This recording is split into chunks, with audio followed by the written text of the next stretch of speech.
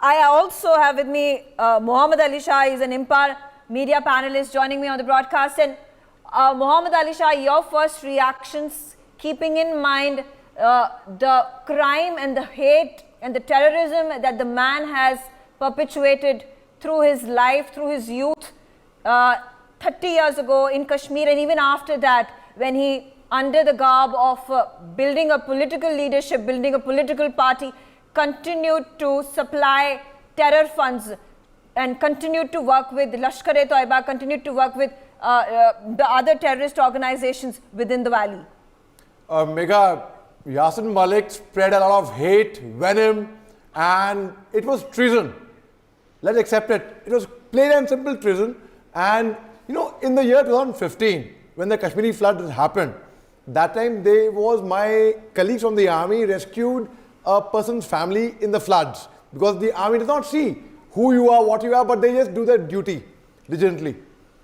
And they play on their life, they risk their lives to save the family of that person. And that person, when he died last year, Ahmad Shah Gilani, was wrapped in a Pakistani flag. And that is the loyalty these people have. Ridiculous. They spoil the name of the, the innocent Kashmiri normally over there is very pro-India. But one gets the impression because of characters like Yasin Malik and such kind of traitors. Now, he, as Ambassador Deepak Vohra rightly said, he should have actually been hung actually. But yes, I mean, the very fact that he has been booked finally and he has been brought to a lifetime imprisonment, 2 terms, over 10 lakh rupees fine, and he would be sent to Tihar jail very, very shortly. So now the thing is, these people, there is a film called Moji. Moji in Kashmiri means mother. It's a short film in which there is a proper mention of Yasin Malik and his ill doings. And it's not yet released as yet, but Yasin Malik is a kind of a character, a perfect example, which should be totally no mercy shown. There should be no mercy shown on them. And my reading is, I might be wrong, because he didn't contest. He didn't say, I will not oppose it, I will not beg for any mercy, I will not beg, I'll let the court decide. Maybe that could be the reason why the court decided, okay, let's not hang him, let's give him that much of benevolence. But he did not deserve any benevolence for shedding so much of blood, for exodus of so many people, I mean, killing so many people. Our brother, senior Air Force officer, I mean, his wife, Nirmala ma'am, she said, because of people like him, our entire country suffers and we are on the way of becoming a superpower. Why should we be held back because of people like Yasin Malik? I agree, everyone has a family, everyone has this thing, you have to be kind, but then no mercy shown to people who actually work against the favor of the nation. Why? I'll quickly conclude by saying, why are there less crimes? 7 UAPA cases. Imagine the kind of atrocities the man has committed. Why is there less crime in the Gulf countries? Because the laws over there are very strict. They straight away give you a death penalty. They behead you straight away. So people do not really dare to even do it. But now when we let off these people lightly, then yes, we would be setting a wrong precedent. But yes, a life term itself, okay, fine. I mean, justice has been given, but I would have been personally been happier had he got. Well, that had been the demand of the NIA as well.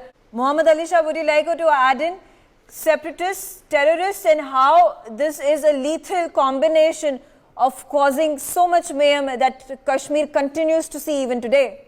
Absolutely, Megha. The militants are a result of the separatists, the venom that they spew. In fact, the verdict on Yasin Malik has got Shahbaz Sharif and Imran Khan both on the same page this time.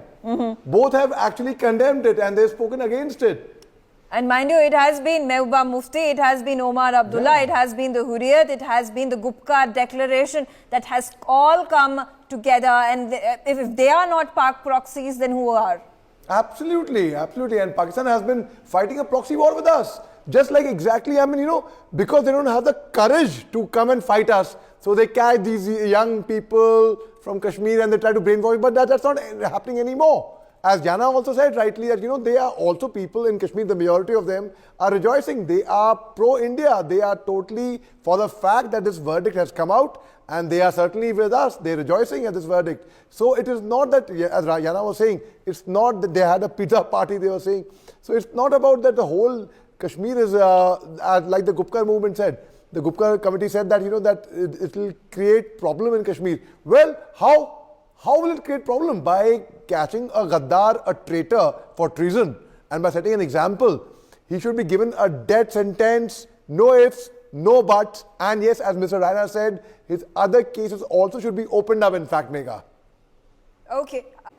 Thank you, Nirmal Khanna, for joining us on the broadcast, and also I thank the rest of my panelists for sharing their views on this landmark pronouncement of quantum of punishment against Yasin Malik.